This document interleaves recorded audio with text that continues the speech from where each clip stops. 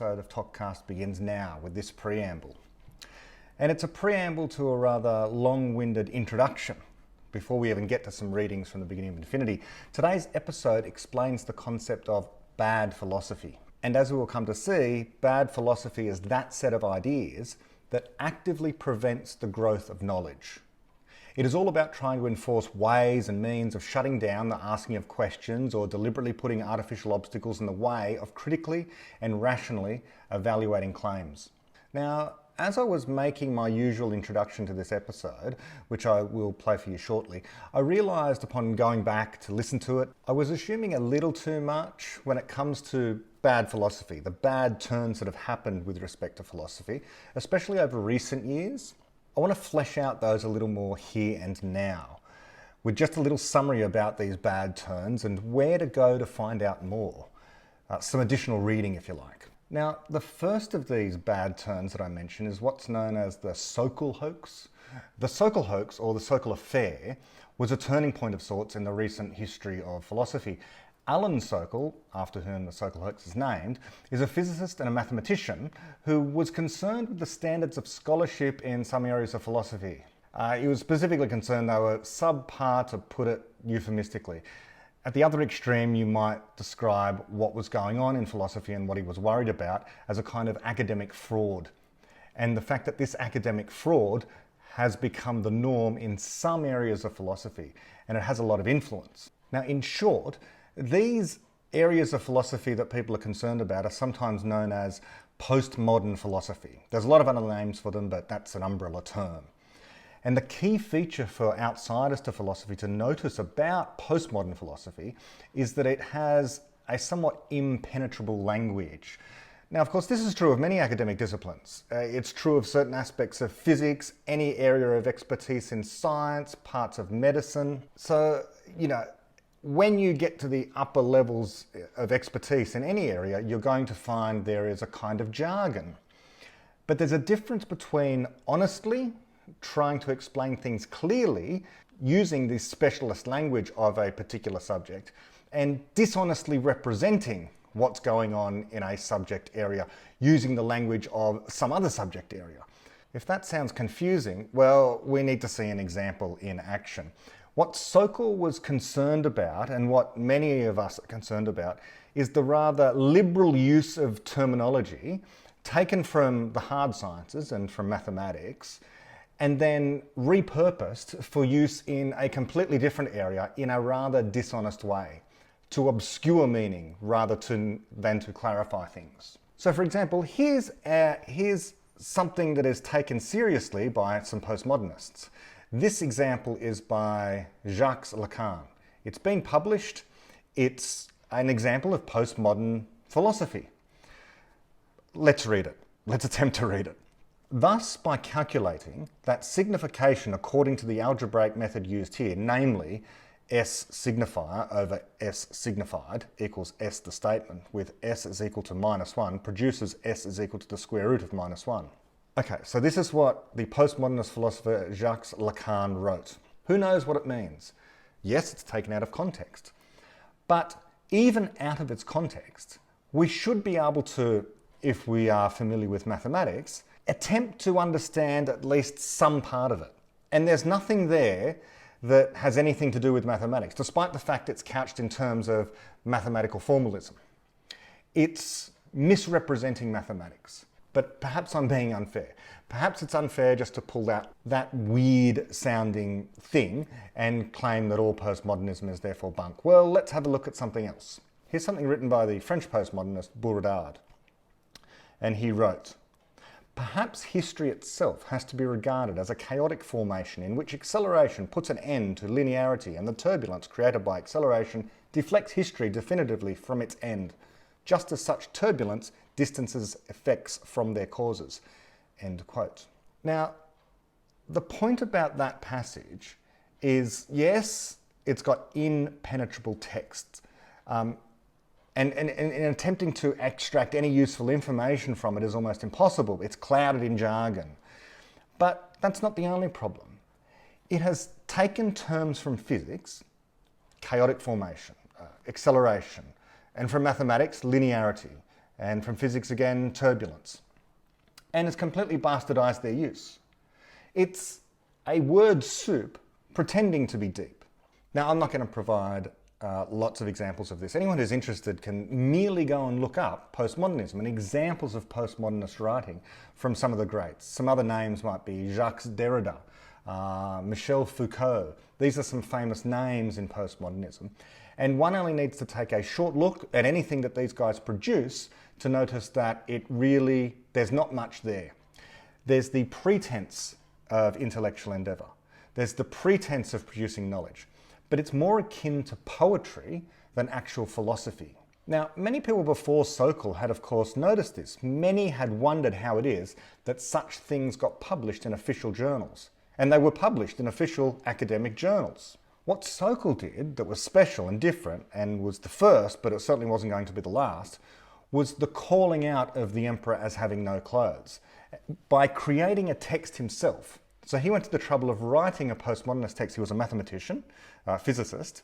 He understood the science, and he decided to deliberately parody the style of writing that went on in some of these journals. And so the result of his hoax, of his parody, was to produce this paper, which is called Transgressing the Boundaries Towards a Transformative Hermeneutics of Quantum Gravity. Now, that paper, nonsense as it was, parody as it was not detected as nonsense or parody by the reviewers. And it was submitted to a journal called Social Text, accepted for publication and ultimately published. So it was taken seriously by some postmodern philosophers, even though it was deliberately written as a parody. And even to this day, it is still defended by some as actually being authentic rather than the parody that it is. Now, arguments continue to be made today that the Sokal hoax did not fully demonstrate the poverty of postmodern philosophy. Some say it didn't even demonstrate the poverty of postmodern philosophy publishing or reviewing. And people are committed now to still take postmodernism seriously, in fact, more so than at the time of the Sokal hoax. The Sokal hoax did not accomplish what many of us hoped it would. Things have gotten worse. But if you're watching this or listening to this, you might very well be thinking, who cares? Who cares if these people in their ivory towers want to talk nonsense? What is the worry? Aside from the fact that taxpayer money and funding goes to these universities and these people remain employed not by contributing things to society, or contributing actual knowledge, but by being engaged in a kind of racket, and worse than a racket. And we'll come to that. What's the worry? Like, after all, some people are, of course, interested and have turned, for example, the study of Harry Potter into a serious academic endeavour. There might be some merit to that. But there is something far more sinister at work with postmodernism. Postmodern writing and its explicit, deliberate attack on clarity comes from a deeper dogma about the possibility of even speaking clearly, or the purpose of speaking clearly. And the reason for this is that the doctrine of postmodernism is about denying the fact that there is anything to speak clearly about. There is no objective truth on the theories and doctrines of postmodernism. And we'll come to some consequences about that. Now, Sokal really did disrobe postmodernism back in the 90s, in the mid-90s. And personally, that was a key time for me because I was just entering university and I was taking on physics and philosophy. So I was well aware of the debate even back then. And I remember feeling relief that there was a hero among the scientists who was standing up to this nonsense in academia and philosophy in particular. And I felt some hope at that time, just like the emperor's new clothes, everyone would then admit that the emperor had been called out, and there was this poverty of content in postmodernism and postmodern type thinking, and that the philosophy itself was bad. But I was wrong in my hopes, at least at that stage and up until now, because ever since my hopes have been dashed. Things haven't gotten better, not in the universities. They've gotten worse, far worse. They've gotten worse in the media, they've gotten worse in education, they've gotten worse in politics. And the rate at which bad ideas are being produced in academia are accelerating. The rate at which bad ideas are being produced and promoted throughout social media, traditional media, schools, the rate of that production of bad ideas is accelerating. And I mean bad ideas, not merely false ideas. bad ideas. I mean ideas that are calling into question the legitimacy of actual knowledge, of science, of the Enlightenment, of reason itself, and the legitimacy of pursuing those things. And make no mistake, in many places, it's dire. Now, happily, almost in lockstep with the rate at which these bad ideas have increased in terms of their apparent popularity and the rate at which they are being promoted to all spheres of society across many of our institutions, there has equally arisen a resistance, a coalition of people coming up and standing together against what is swiftly becoming what could possibly only be described as a new religion. Now, one of the best, most articulate thinkers, and there are many to choose from here, but one of the best and most articulate amongst these thinkers and amongst these public intellectuals is Weinstein. Now, I've personally criticised Brett on some technical philosophical matters and matters of physics in just, I think, the last episode of Topcast, or the episode before that. But I can only do that. I can only engage in that criticism of Brett Weinstein because I do spend a lot of time listening to him, because he's a worthwhile voice to listen to. With Brett, it's important to pay careful attention to how well he articulates some of these problems. What he says on many of these matters to do with bad philosophy, certain types of bad science, is brilliant because he himself is a brilliant thinker. He's very courageous, and I've found him prescient on some of these matters. I'm going to play a clip for you shortly of Brett being so prescient. But just before we get to that, I'm just going to mention three of his fellow travellers with respect to all of this stuff. Fellow travellers in the battle against the new postmodernism. Now, traditional postmodernism, this denial of truth, this denial of the possibility of objective knowledge, denial even of reality, let alone merely the denial of objective morality, that's traditional postmodernism, and those ideas are still the underlying doctrine for everything that has happened since in the tradition of postmodernism, which has begun to push the idea that, for example, science has no special place in understanding the physical world. It pushes the idea that science is to some extent corrupt and cannot possibly be objective, and it is certainly the opinion of many of these postmodernists that science is far more about power and social relationships than it is about finding the truth about the physical world. In other words, people who speak like this think that what is deemed scientific knowledge is deemed scientific knowledge only because certain people with power have historically been able to claim that this is scientific knowledge, that it doesn't have anything to do about encounters with objective reality, that instead it's powerful white men or something like that arguing amongst themselves and arriving at a consensus, and that this is what produces scientific knowledge. And it's because certain people that have traditionally had power, have historically had power, have simply decided arbitrarily that this is what is the best theory in science, the best explanations in science. Now, today, in the 2010s and now into the early 2020s, the new breed of postmodernism philosophy comes to us in all sorts of guises. There's cultural studies, certain breeds of anthropology, gender studies, some forms of literary and media studies. Some of the humanities and some of the social sciences have been infected by this stuff, which has broadly been described by some of these academics who push back against it, grievance studies. What postmodernism today has evolved into in some places is a sole focus upon power relationships between people. According to this mode of thinking, those groups of people who have historically held power have done so for illegitimate reasons, and thus any knowledge associated with them, for example scientific knowledge, must be regarded as dubious because it was produced by the so-called oppressor class. The consequence is today that people who appear to have been descended from those groups who had power in the past, so people in the past who had power, individuals today that are related to those people in some way, no matter how distantly related, must be judged as in some way culpable for and benefiting from those illegitimate structures. And that would include the knowledge that they produce, or their claim to be producing objective knowledge. Now, many others have spoken far more eloquently about all this, but the point before us now is about the philosophy on which all of this stuff rests. So once more, despite the so-called hoax, we have yet again academic journals publishing papers from university employed intellectuals pushing dubious ideas, poorly phrased and even more poorly researched. And so because the fight isn't over, just like Alan Sokal, some people have decided to once again reveal the poverty of ideas by committing a hoax and showing the emperor's new clothes are in fact non-existent. And in the most recent case, which is worth researching, looking up and looking at the history of, it happened throughout 2019, and is known as the Sokal Squared hoax, or just Sokal Squared, or the grievance study issue.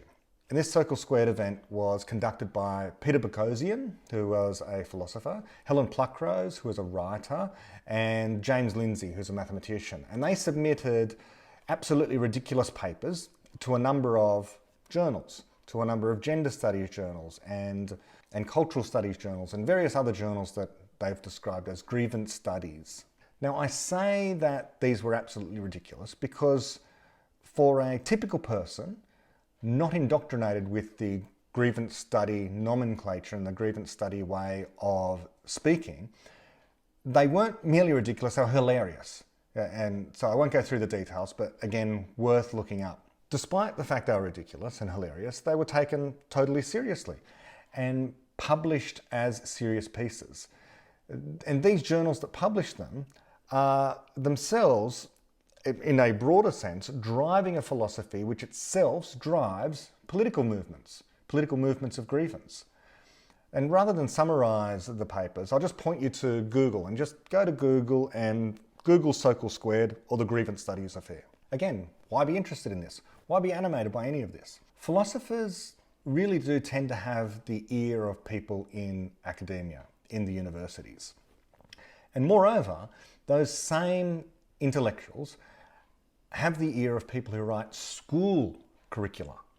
So school syllabuses, where students who go off to primary school and secondary school are taught things that are written by people in committees.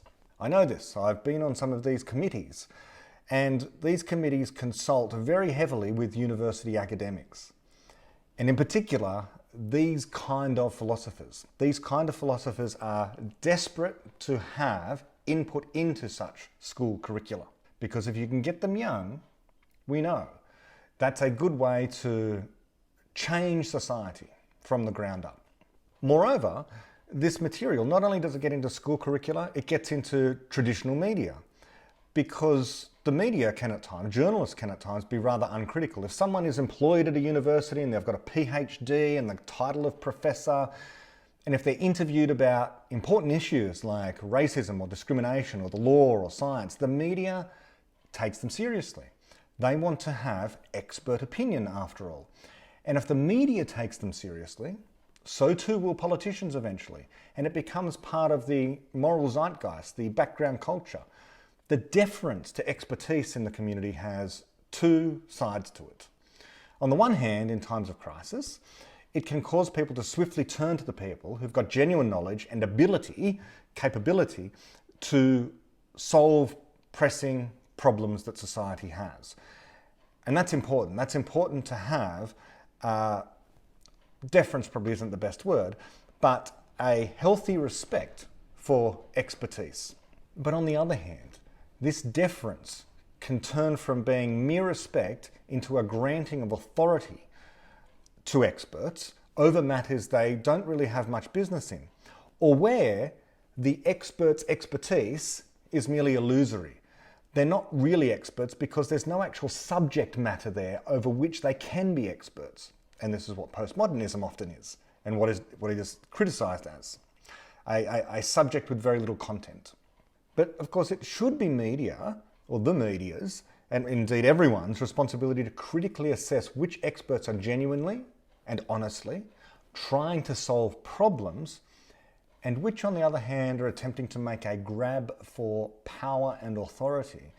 And presently, as I write this in August 2020, there are still riots going on in some places where there have not been riots for many years, certainly not at this intensity.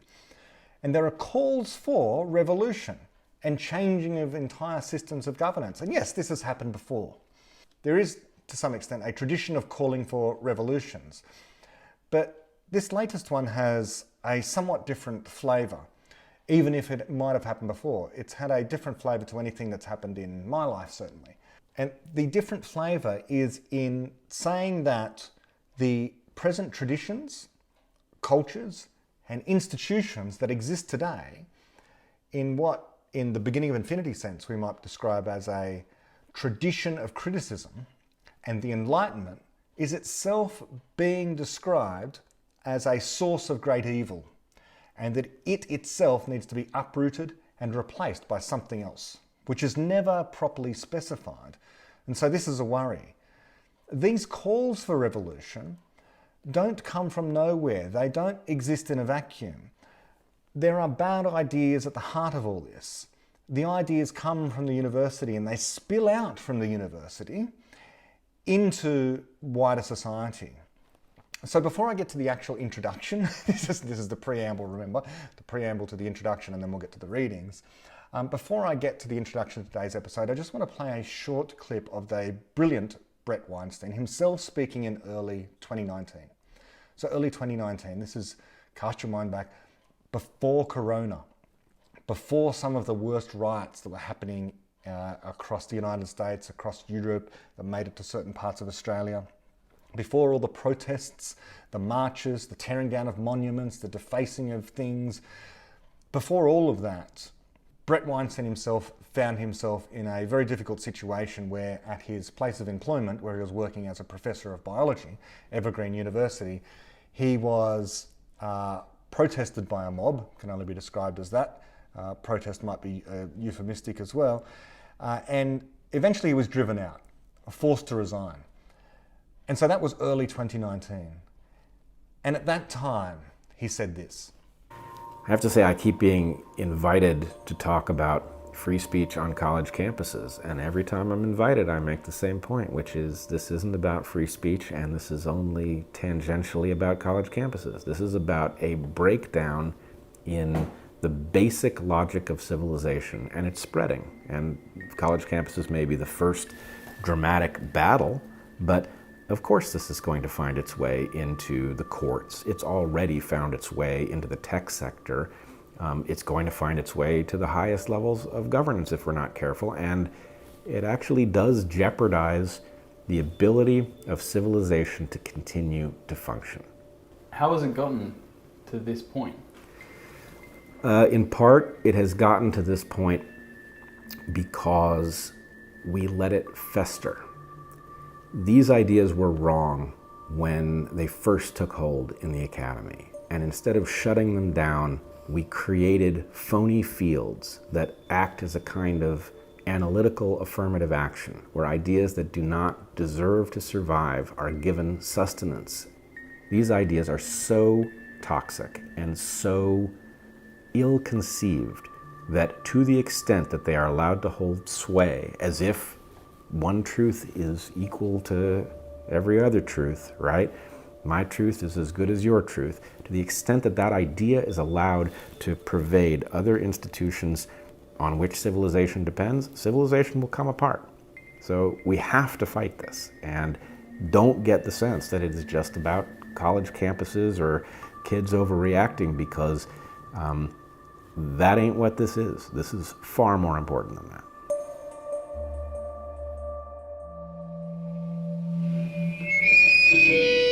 That's quite a set of observations and quite a warning about how university campuses are just the first place where this might have started, dramatic as it is in the universities. And what's happened? It's spilled out onto the streets in many places. It's resulted in people seriously calling for... what happened at Evergreen University was that the students called for, essentially, the upending of the way in which the university structure had been built. And even though Evergreen University was a very, very liberal arts college, and so these people were politically already from one side of politics, it's been taken even further, such that someone who is extremely liberal, like Weinstein, was driven out. Now, it's been spilling out of universities for a long time. I know something about schools. It's in schools already. It's been in schools since the 90s. And so what we tend to get less of is not a celebration of all that is great and all that is good and ways in which we can preserve traditions that work and traditions of criticism that work. Instead, we talk about the ways in which structures can be destroyed or brought down, or the ways in which we can transgress boundaries, for example.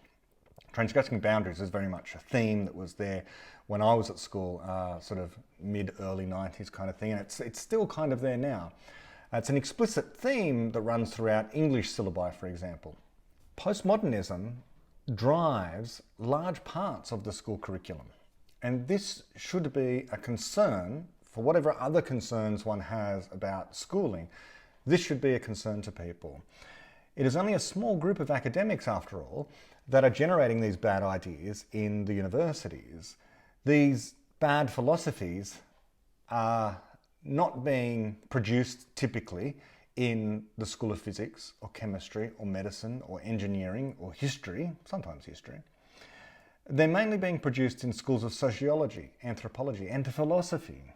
And they have great influence, and they're gaining ever more actual authority as some of these people who produce them rise through the ranks of academia and either become or influence administrators. And once these tenets become custom and practice and received wisdom at universities, they then become a background to culture. And as I say, they infiltrate the media and politics and the bureaucracy in the government. And so this is why this chapter that we're about to read about bad philosophy is so important right now. And I fear it's going to become only more and more important as time goes on, until such a day, and if such a day, but we hope until, bad philosophy is no longer on the ascendancy.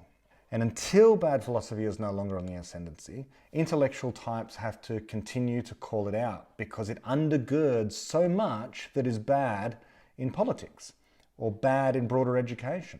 It actively prevents knowledge, objective knowledge, from being produced, not least because there's a chilling effect on the very act of criticism, or even of simply attempting to create knowledge that just might be a counter to the dominant political narrative that exists. It has a chilling effect on the freedom of speech. Let's put that plainly. These philosophies have at their heart certain modes of thinking which prevent people from criticizing them. Now, to some, this might seem like hyperbole, and to me it can seem that way as well. I encounter none of what Brett said earlier, the real concerns about this and what happened to Brett, for example. It's never happened to me, okay? What happened to him isn't part of my day-to-day. I only witness these kind of weird events, riots, defacing of monuments, people shouting at each other without listening to each other, acts of violence, protesting. I watch this from afar, okay? It's not something that affects me each and every day. But Brett Weinstein does speak about the breakdown of the logic of civilization. And in some places we can see that. A riot is just that. And the important thing is we have less reason to riot than ever before, especially in the West, in developed countries. Life is better than it ever has been for almost everyone and is getting better continually. But the rioting has increased. Public protests have increased. People are speaking as if things are getting worse, all the while they're actually getting better. Putting aside parochial concerns that are just happening right now about viruses and lockdowns. So this is the breakdown of logic. Things are getting better, people are saying they are worse. Things continue to get better, people are rioting because they say nothing has changed. Now these ideas, these bad philosophies driving this intense feeling that things are really terrible and that things are getting worse or not changing, have tested themselves already in the laboratory of the university. And they were not sufficiently criticised while still in the university. And so because they've been allowed to thrive and been cultured and have now sprung out of the university, as anti-rational memes do, as mind viruses, so to speak, they have entered schools to some extent and to an increasing extent, and to the media to another extent, and they're proliferating across social media and informing the worldview of many, many people, including political leaders and others who work in government and who hold positions of power. So this is the context, and I might say urgent context, in which we encounter this chapter from the beginning of infinity. As I say, the riots, some of the civil unrest in recent months, has not occurred in a vacuum. There is a philosophy at the heart of this, even if it does not seem to be a struggle between opposing philosophies, but rather something more upstream, so to speak, like mere political differences. So yeah, it's not mere political differences. It's not merely left versus right. It's not merely authoritarians versus libertarians. It's also about the philosophy that holds whether or not there's a possibility of uncovering objective knowledge, and whether or not objective knowledge and coming to uncover it, coming to discover objective knowledge, to create objective knowledge, whether or not that can help resolve differences. And if we have differences, how we go about resolving those differences, whether we should talk those differences through. So we need to take a step back before the present moment and all the strife, and before even the last circle hoax. And the next chapter is going to allow us to do this. So finally, let's actually get into it. Well, my other introduction to it. And for that, I'm going to change a venue. Hello, and welcome to episode 28. This is chapter 12, A Physicist's History of Bad Philosophy, with some remarks on bad science. Now, I try not to have favourite chapters, but if someone was to ask me if I was to only read one chapter out of all of the beginning of infinity, it would probably be this one. And for me, it's certainly a personal one, and I'll probably go through a few anecdotes as we go through this chapter. It's a personal one for me because it brings together physics and philosophy in a way that I encountered both subjects. It tries to explain why it is that physics can be so confusing sometimes for undergraduates who take on a degree in physics, and why philosophy can sometimes be so disappointing at university for an undergraduate who takes on philosophy at university. And I did both of these things, and so it resonated with me. I thought as I was reading through it, I just found myself nodding the entire time, going, yes, that was precisely my experience. This is what I understand philosophy as presented at the university to be about. So I studied physics at university, and there were certain disappointments about studying physics at university, not least of which was the quantum mechanics material, which we've been through previously, and I was disappointed in the way it was presented at university because it was presented in this obscure way. The mystery was really amped up. It was presented as if, well, you don't need to fully understand this. It was very much instrumentalist in that way. Instead, it was all about, can you solve these numerical problems? Can you work through these tutorial sets? And that was the measure by which you were successful at university in doing physics, was whether or not you could basically do maths tests repeatedly. Okay, there was less in terms of trying to explain what was actually going on with many of the experiments. And philosophy was disappointing for a whole different set of reasons. Obviously, there's no numerical problems that need to be solved there. However, there's a new kind of vocabulary that needs to be used. And what I found was that as I went through undergraduate philosophy, it became increasingly opaque to analysis. It was just more and more difficult to understand what in fact was being said. And it felt as though the lecturers or that the books that we were, or the readings we were asked to undertake, were trying to obscure the point. And when the point was illuminated, it was found to be so trite or trivial and obvious that one was left feeling as though there was little substance to philosophy, and that the rumours were true. And when I say rumours, I mean I heard from many people that philosophy is a fairly worthless discipline at university. And to some extent, the rumours were indeed true. Some watching this now might still wonder what the importance of philosophy is. Philosophy as an academic discipline, it garners possibly the least respect of any subject that can be taken at university. Although these days we do hear people sort of tongue-in-cheek talking about certain kinds of dance theory that one might take on at university, and that these kind of degree programs are even more useless. We have to understand there are two ways in which to refer to philosophy. There's philosophy, the academic discipline, the way in which it is presented at university, and there is philosophy as it's actually done by good philosophers. good philosophers include Popper. And I should say here right at the outset that I read very little Popper at university, despite the fact I undertook a degree which was subtitled Philosophy of Science, Bachelor of Science, Philosophy of Science. And in my Philosophy of Science degree, I read very little Popper. It wasn't until later that in encountering David Deutsch's work that I realized there was this guy called Karl Popper, and he explained philosophy of science. And it was then that I took up the reading of Karl Popper outside of my university course. And so, although I am in some sense credentialed in the philosophy of science, none of the knowledge that or very little of the knowledge that I gained at university actually makes me feel equipped to talk about the philosophy of science. Instead, what makes me feel equipped to talk about the philosophy of science when I do is the reading that I did beyond the university, specifically the reading I did of Karl Popper's work. So the negative experience that I had with philosophy at university, or largely had, I should say there were bright points. I did read a lot of good philosophers and philosophies, and I found it interesting as an intellectual exercise or an intellectual puzzle, so to speak. It was kind of fun. That kind of philosophy is like doing a crossword puzzle. It's just fun to do for some people. However, there was very little of practical use in many of the philosophers that I read. Good as those philosophers were, brilliant as those philosophers were, few of them were able to explain, for example, how it is that science worked, which is what I was really interested in, or what the difference between, let's say, science and mathematics happened to be, or indeed what the purpose of philosophy was in the first place. All of these things are practical problems that, for someone interested in science, mathematics, philosophy, would be interested in finding out concrete answers to. Instead, some philosophers were kind of daydreamers on the one hand, or, well, let's just put it plainly, academic frauds on the other. They were pretending to solve problems that were either not problems in the first place or hiding the fact that they were solving the problem, burying the problem behind a veneer of complicated language.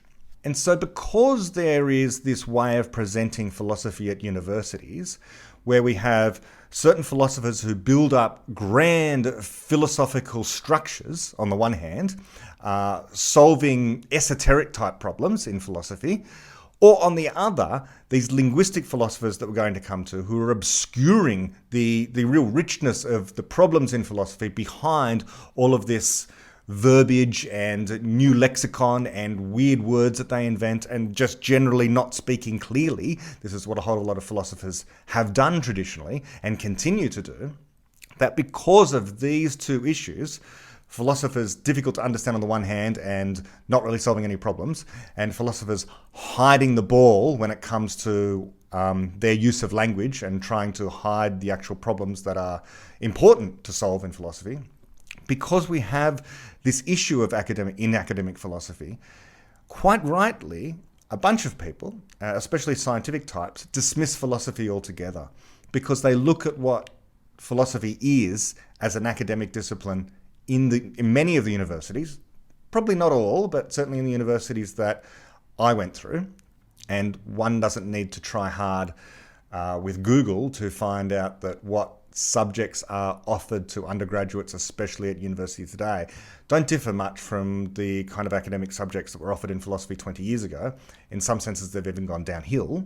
It's quite right that there are certain scientific types who say they've got no time for philosophy because they're interested in reality, so they say, in the nuts and bolts of how things work. Prominent public intellectuals like Neil deGrasse Tyson, Richard Dawkins, they've made disparaging remarks over the years about philosophy. And they can't really be blamed for this to a large extent, because if their experience of academic philosophy is in speaking to certain academic philosophers, or even perhaps students undertaking philosophy at university, then they'll be left with the impression that it's an opaque, pointless exercise in gazing at one's navel, as the cliche goes. But it's important to note that this idea that philosophy cannot be used to solve practical problems, or that has no practical use, that if you want to understand reality, that science is the only real game in town, it's important to understand that that position is a philosophy. That these people who espouse those kind of sentiments, that disparage philosophy as a discipline in its entirety, not just the academic thing as it's taught at university, but philosophy qua subject, so to speak, that they have a philosophy in mind. They have a philosophy of reality. They have a certain materialism, one might imagine, about how reality is organized. That if you want to understand the nuts and bolts of reality, that understanding science is the only way to go about that. Of course, this closes them off to a whole bunch of other things that are not, let's say, part of the physical universe, but might be part of abstract reality. And we've talked about the reality of abstractions here in this series, and David's talked about it in the beginning of Infinity. So we know that abstract entities exist and that they have real effects in the world. And there are certain kinds of abstract reality, abstract entities, that only a philosophical understanding can help us to appreciate how those things work. So the idea that science is the only way in which we can understand reality as a whole is itself a philosophy. And it's a claim about science without being a part of science. So automatically, anyone who makes such a claim, that philosophy is useless, or that philosophy isn't really needed, that science can do everything, has made a philosophical claim, because it's not a claim from within science. And today we've got a new kind of philosopher, a new kind of folk philosopher, we might say, one who claims that they never do philosophy, or don't do philosophy, or pretend that they're not interested in philosophy because they've stepped beyond it. They've evolved intellectually beyond what philosophy can possibly offer to become meta in some way. They're meta-philosophers. They're beyond philosophy. There's a long tradition of this kind of thing as well. The kind of thinker that asserts that the language and the words are barely sufficient to capture the complexity of their thoughts. Now, there's certainly a truth to this in some ways. I speak a lot about inexplicit knowledge, and David explains what inexplicit knowledge is in the beginning of Infinity. And so it is absolutely true that language cannot capture everything about reality to the level of clarity that we might wish. But some people elevate that notion, that very real problem, to a new philosophy and give themselves an excuse, I would argue, in not speaking clearly or not striving for clarity, and that their use of obscure language or their use of neologisms, simply making up new words, is explained by the fact that language is simply unable to do the job of conveying their deepest, most interesting thoughts to the world. And so therefore, they have to explain using flowery language to the rest of us. And that if you don't understand what the new flowery language really means, then it's a deficiency on your part, not their part. They're doing their best with the crude tools of language they have. And so we've seen this with theologians traditionally. You ask a theologian a religious explanation, and you'll typically get something that is quite complicated or mystical and difficult to understand. And if you ask what that means, you'll get an even more obscure, mystical explanation. And so the inexplicable is supposed to explain the inexplicable. So when it comes to this idea that language struggles to explain the most complicated concepts and ideas that we have, there's a truth there, but there's a difference between honestly trying to communicate clearly and trying to get a complicated idea, trying to get that into the minds of other people by using the simplest language that one can conjure in the moment, and the antithesis of that, of having perhaps not a complicated idea, but a very simple idea, and then dressing that in very complicated sounding language so that it seems as though one has a deeper or more insightful point than one really does. And I think there are dishonest actors in philosophy. There's not many of them, but they're out there. And when it comes to things like postmodernism, it's very difficult to tell at times whether the person that you're speaking with or communicating with, who speaks in postmodernist type language or relativist type language, whether they are honestly deluded in some way and think that there is something there that they're trying to explain, whether they've been perhaps even inculcated or brainwashed to some extent with these weird ideas and this weird language. That's a possibility, that they're honestly trying to convey the contents of their mind using complicated sounded language that none of us can quite get a handle on. Or on the other hand, they're simply pretending. Because there are cranks out there, crank being a technical term of someone pretending to have knowledge that they don't actually have, or pretending to have competence that they don't actually have, for a whole bunch of reasons, and there could be a whole bunch of psychological reasons for that. Now, in academia, is this custom and practice? No. The overwhelming majority of people in intellectual life, in academia, in university academia, are honestly striving to create new knowledge, to pass on the knowledge that civilization has learned, and to do that with the utmost clarity. But not everyone. And in philosophy, this is a particular challenge, because some of the ideas are extremely complicated and subtle, and so it is difficult to get that idea across, no matter the clarity of the language one tries to use.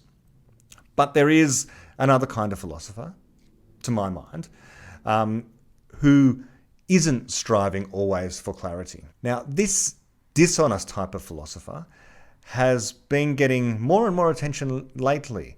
There's been a revival, to some extent, of the idea of the social hoax. Now, for anyone who doesn't know, just explaining this off the top of my head, there is a physicist, his name is Alan Sokal, and he noticed that there were parts of philosophy where the language being used was simply ridiculous, that they would borrow terms from science or mathematics and use them in philosophical papers in completely ridiculous ways, in completely illogical, irrational, unreasonable ways, to construct texts that made no sense at all. But these texts would go on to be published in journals, and this would preserve the careers of these philosophers, because there is that old adage, publish or perish, basically meaning if you're an academic and you aren't consistently publishing work, then you might not have your job for very long, because one of your tasks as an academic at a university is to increase the prestige of the university by continually appearing in journals, by getting published professionally. Now, there could be a racket here created in certain areas where the journal editors and the people who submit papers to the journals just have a non-verbal understanding, if one might put it that way. They might have an unspoken understanding that no matter what kind of rubbish is submitted to the journal, it will get published anyway, because we're all in this together of pretending that there's something here when there's nothing there. It's very much the emperor's new clothes kind of idea. Now, this physicist, Alan Sokal, wasn't the first to notice that it seemed as though there was this kind of dishonesty going on in areas of philosophy. These areas of philosophy, by the way, sometimes go under the name of postmodernism or relativism. And I should say that when I was at university and studying philosophy, there was a pretty sharp divide between what were known as the analytic philosophers, who were honestly striving to create new knowledge in philosophy and solve problems. They were the people working on philosophical logic. They were the people working on the philosophy of biology, for example. People working on ethics. People just trying to understand what it was that Descartes was really trying to say in his meditations, for example. And then there were the other kinds of philosophers who weren't doing that, who I attended a couple of lectures here and there, where one could tell that there wasn't any real substance there. That it was all about trying to use fancy-sounding language. It was more an exercise in kind of weird abstract poetry to some extent, although they would never admit that. They would never say that either. And one is left feeling as though one lacks a certain level of intelligence if they don't understand these papers that are being written. Anyway, whatever the case, Alan Sokal, the physicist, decided he would write a paper that was complete and utter nonsense from a physics perspective, but using lots of physics terms. And he tried to see whether he could get this nonsense published in an actual journal. And he succeeded. And that has ever since been known as the so-called hoax. And he wrote a book about it. And since then, there have been other examples of this, especially in recent years, of academics, proper academics, writing hoax, fictional, nonsense papers and submitting them to certain journals to see if they'll get through what's called the refereeing process. Now, one presumes in physics, chemistry, the hard sciences, medicine, the various other academic disciplines, that this tends not to happen. It's not impossible, okay, error is the normal state of things. It's not impossible for a fraud to happen in science. Scientific fraud does happen, but it's the exception, not the rule. And one hasn't seen, so far as I know, anyone in the humanities writing a nonsense paper in physics and having it published by a good journal in physics. That simply tends not to happen. That doesn't happen. But more than once, hard scientists or serious people in the humanities have written nonsense papers, submitted them to these journals, these social science journals, and had them published. That's a real problem. So Alan Sokal wrote a book about his attempt at doing this hoax, and I strongly recommend the book to you. But if you're not going to read the whole book, reading Richard Dawkins' review of the book online is just fantastic. I mean, when Richard Dawkins wants to make a withering critique of someone, he certainly can. And I just want to read the first paragraph of Professor Dawkins' review of Alan Sokal's book about fraud in the humanities, specifically fraud in philosophy, in areas of philosophy. And what Dawkins wrote was this: suppose you are an intellectual imposter with nothing to say, but with strong ambitions to succeed in academic life. Collect a coterie of reverent disciples and have students around the world anoint your pages with respectful yellow highlighter. What kind of literary style would you cultivate? Not a lucid one, surely, for clarity would expose your lack of content. End quote.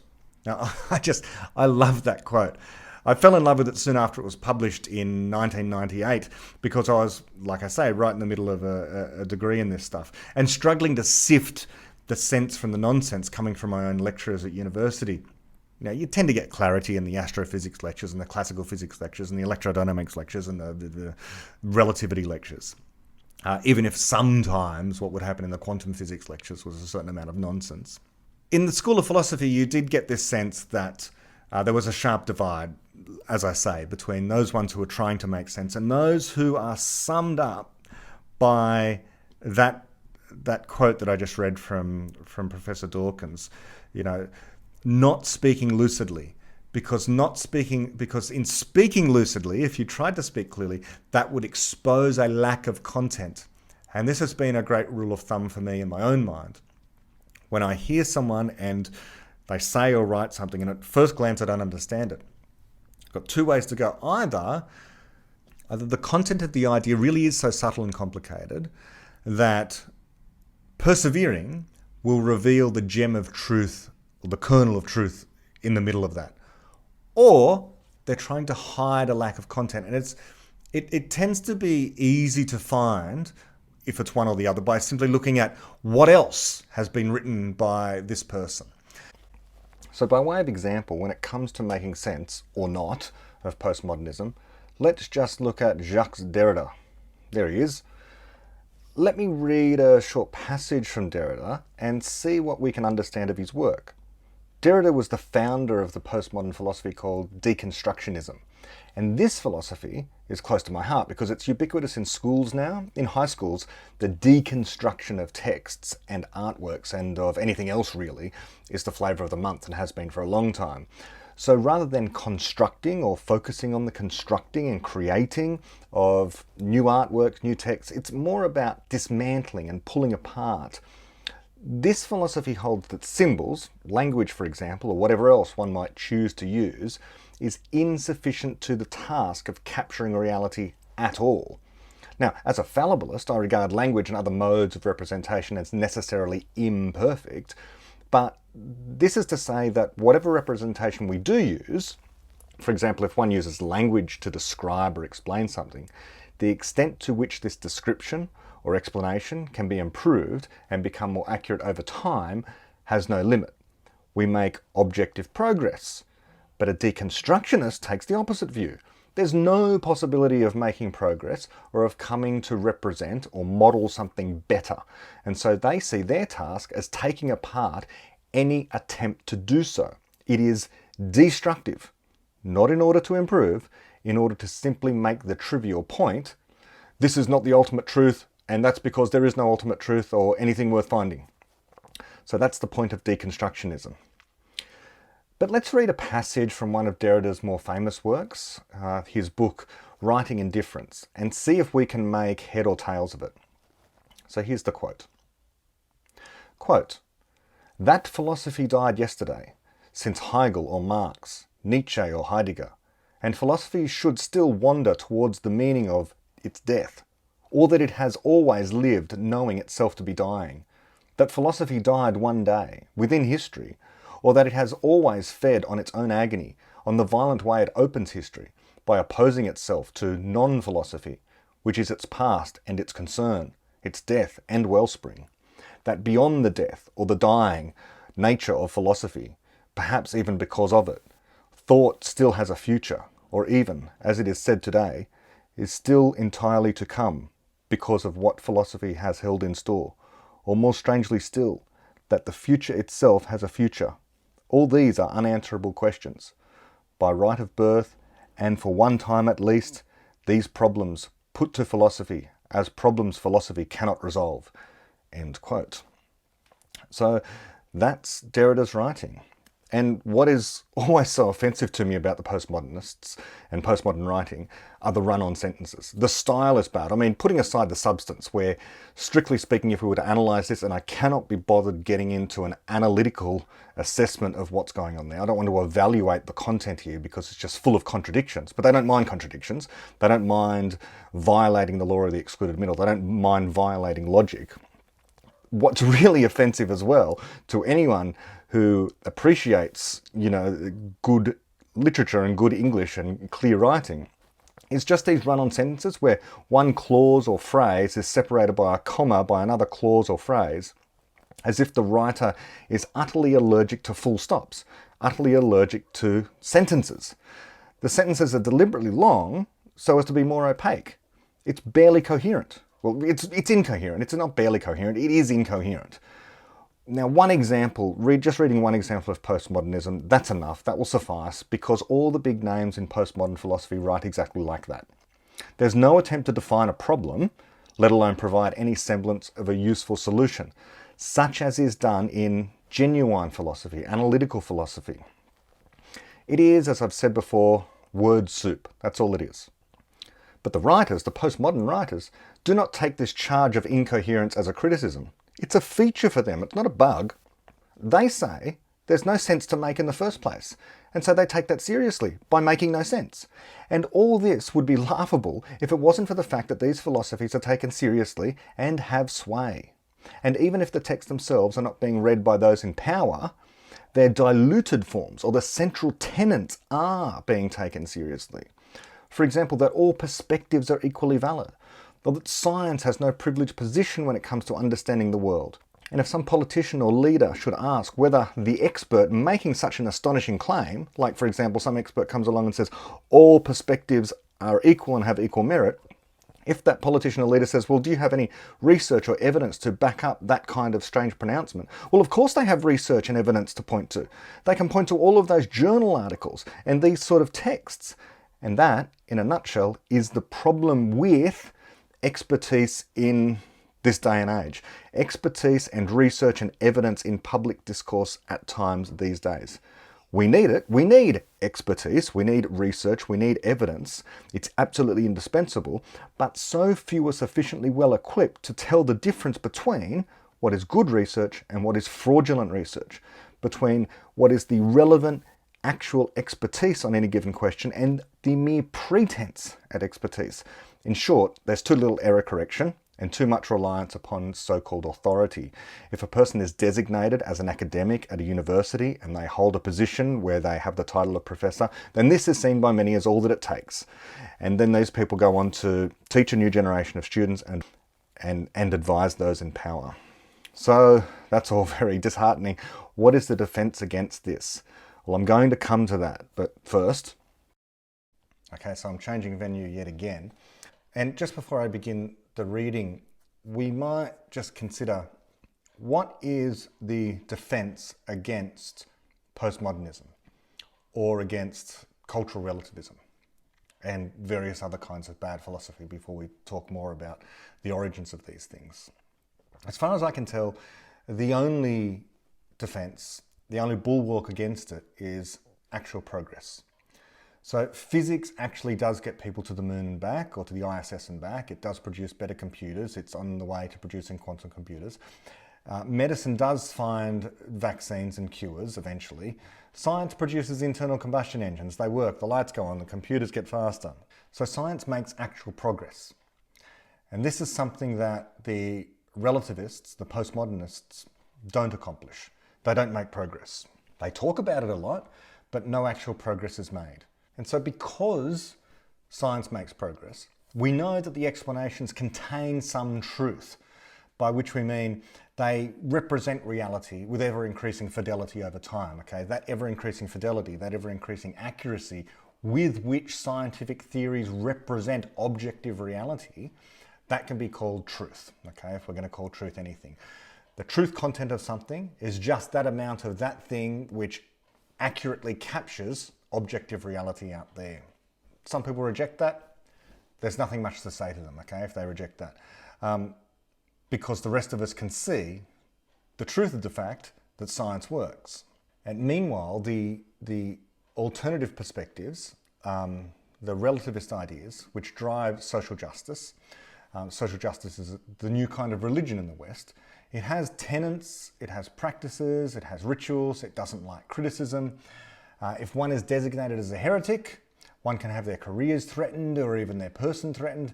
The language used in social justice has been designed, and it's evolved over time, to survive objections to it. The language of inclusion and diversity and equity seems unobjectionable. Social justice sounds altogether good, but any modifier to an actual virtue, like justice, it doesn't matter what word you put in front of justice, you're modifying it so that you're saying you're not interested in justice, but this other thing, this thing that is not justice.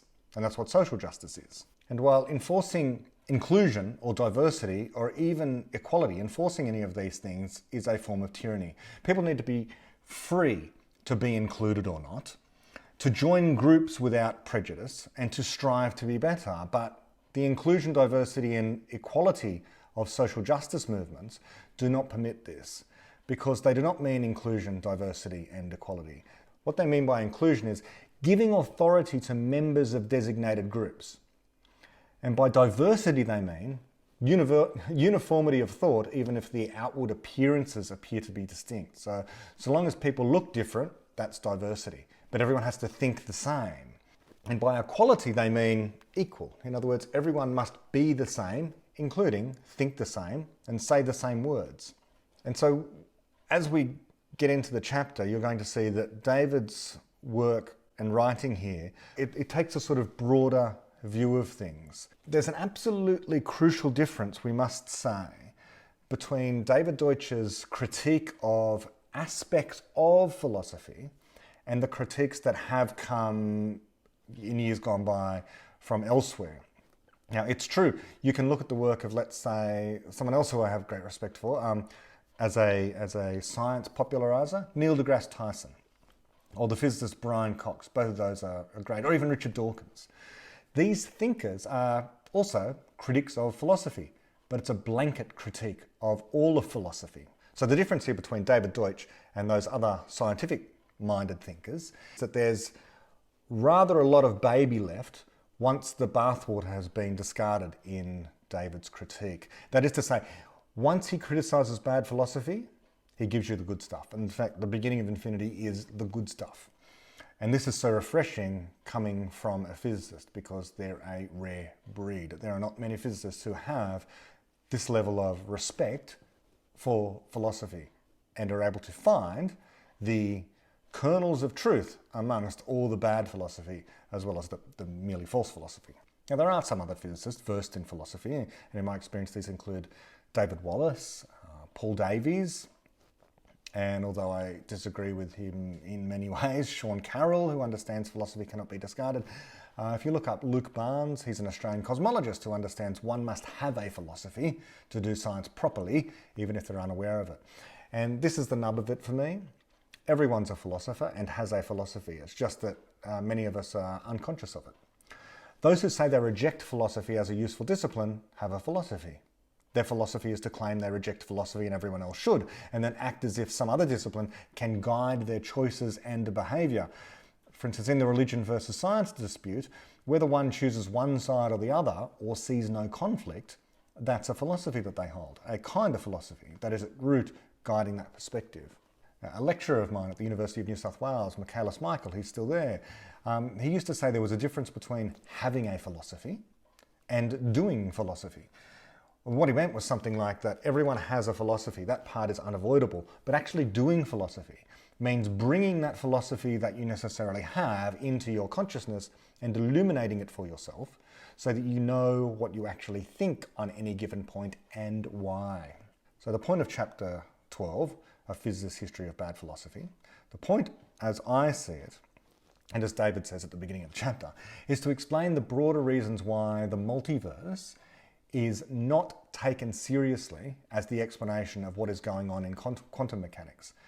But this is kind of just the example. It's a prominent example, to be sure, to highlight and use as kind of a lens through which we view the broader concept of bad philosophy.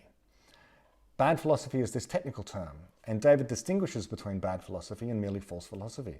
So I'll steal David's thunder and my thunder from later on by telling you simply now what the distinction between false philosophy and bad philosophy is, as David explains it.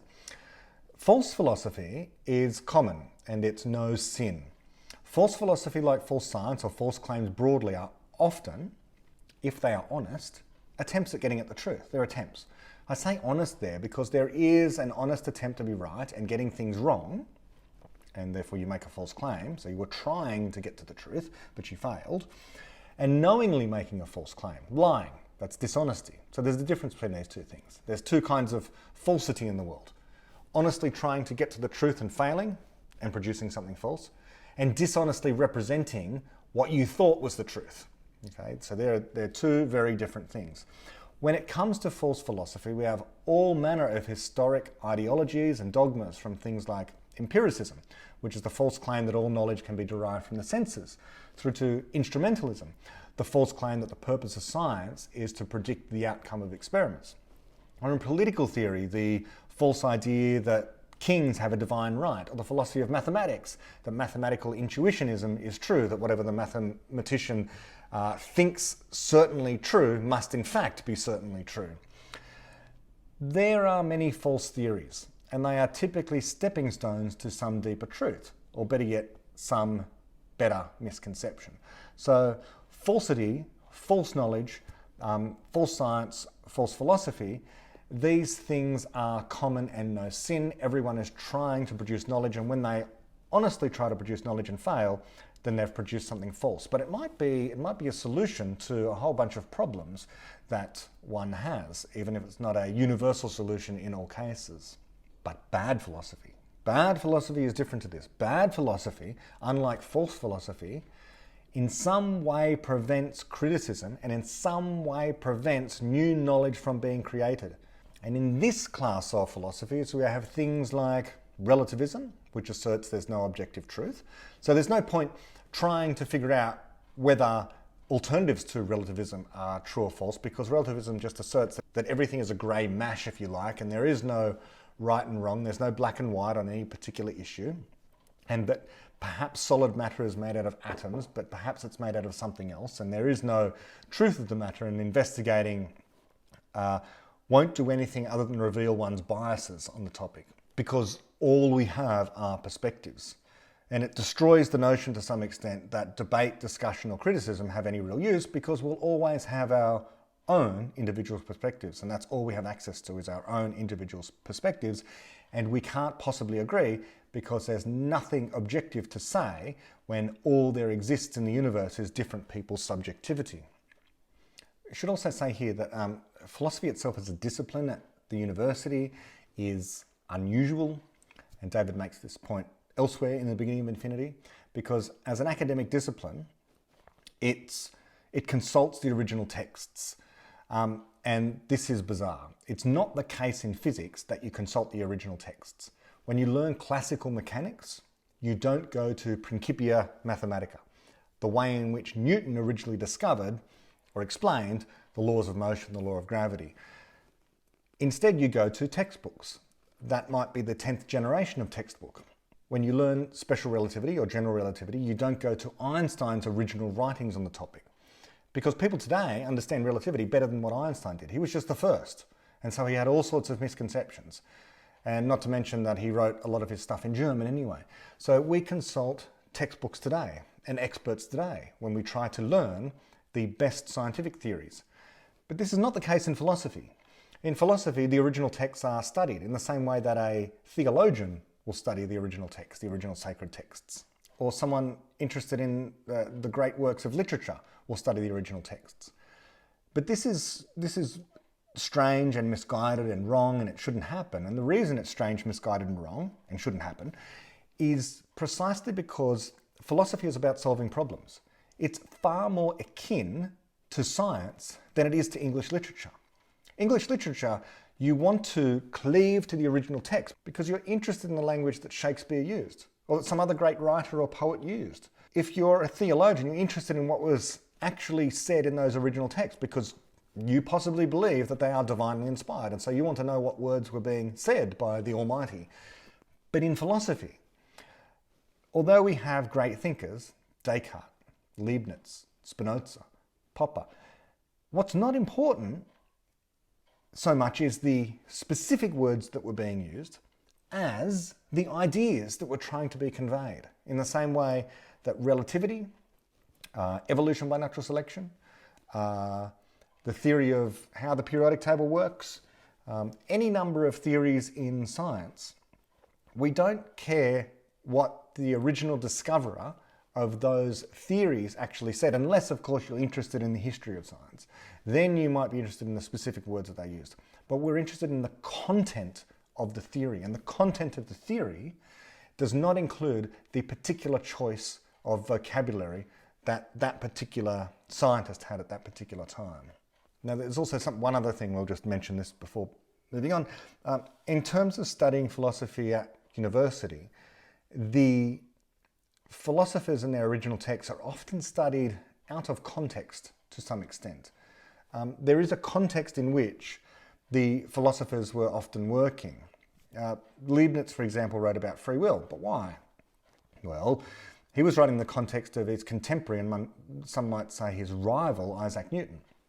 And Isaac Newton's, the vision of reality that one gets from reading Isaac Newton, although Newton didn't necessarily think this himself, was that of a clockwork universe where particles in the void moved under perfectly deterministic laws, where given any possible state of the universe at one time, there was only one possible outcome at any future time.